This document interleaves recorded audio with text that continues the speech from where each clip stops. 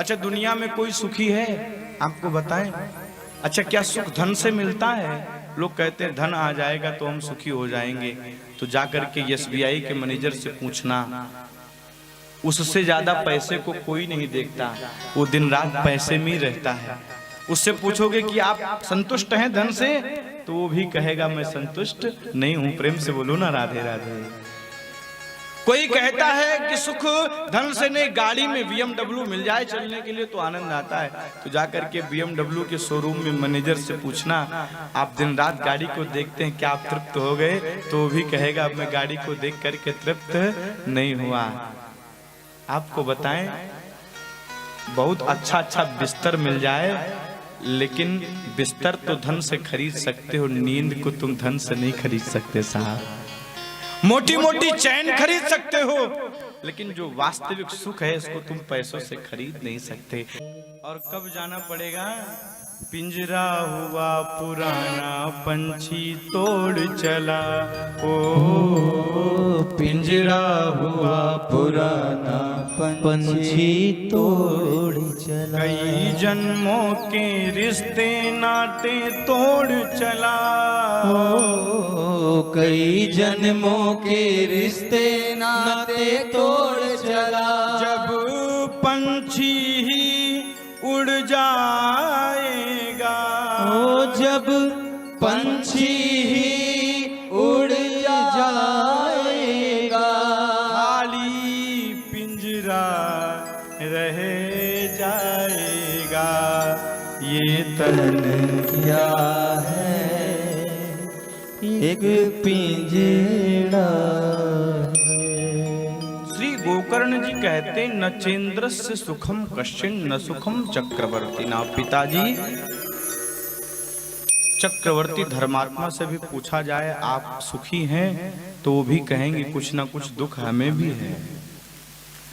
प्रधानमंत्री जी से भी पूछा जाए आप सुखी हैं, तो कहेंगे नहीं, अभी और कुछ करना है समाज के लिए। किसी से भी पूछा जाए, वो संसार की आसक्तियों से व्यक्ति कभी तृप्त हो ही नहीं सकता। तृप्त कौन हो सकता है? जिसके जीवन में राम आ गए हो, जिसके जीवन में घनश्याम आ गए।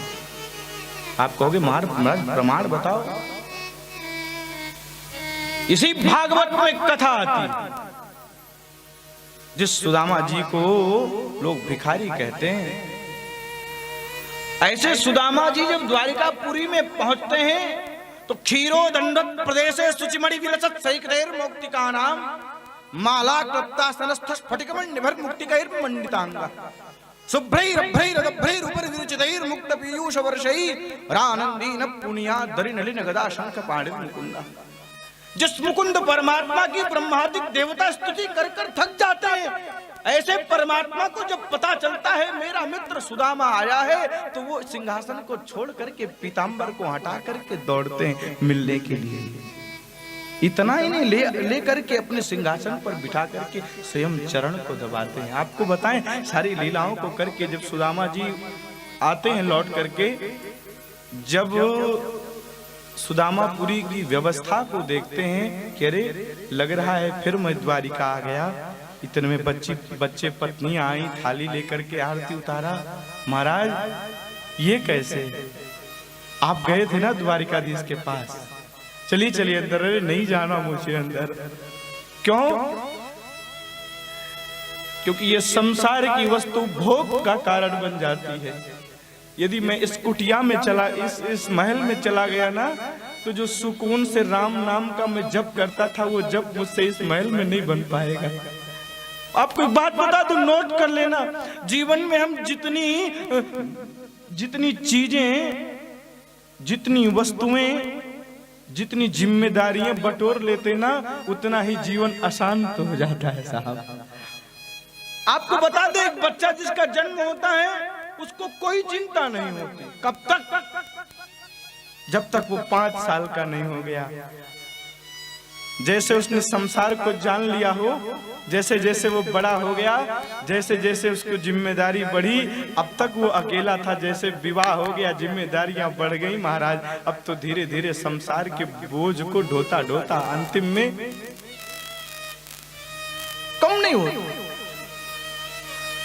तो हम तब तक प्रभु को प्राप्त नहीं कर सकते जब तक ये जीवन के संबंध, जीवन की आसक्तियां हमारे को सताएंगी। तब तक प्रभु को प्राप्त करना है तो इन सबको छोड़ना पड़ेगा। लिखा है श्री गोकर्ण जी ने कहा, कोई सुखी नहीं है पिताजी, सुख मस्त विरक्तस्य मुनि रेकांत जीविना। सुख तो विरक्ति में है। कौन सी विरक्ति? सब कुछ छोड़ देना विरक्ति नहीं है। सब कुछ रहते हुए आपको कहीं जाना नहीं है, आपको घर में रहना है, और रहने के बाद उसका मोह समाप्त हो जाए, वो मोह का त्याग हो जाए, यही महाराज विरक्ति। इस विरक्ति से आप दूर हो जाओ। सुख मस्ति विरक्तस्य मुनि रेकांत जीवी रहा। बेटे की बात एक एक चित्त में उतर रही है। श्री गोकर्ण जी कहते हैं, देहे स्थिमाम सिरुधिरे भीमतिम त्यजत्वम जाया सुतादिषु सदा ममतां विमुञ्च।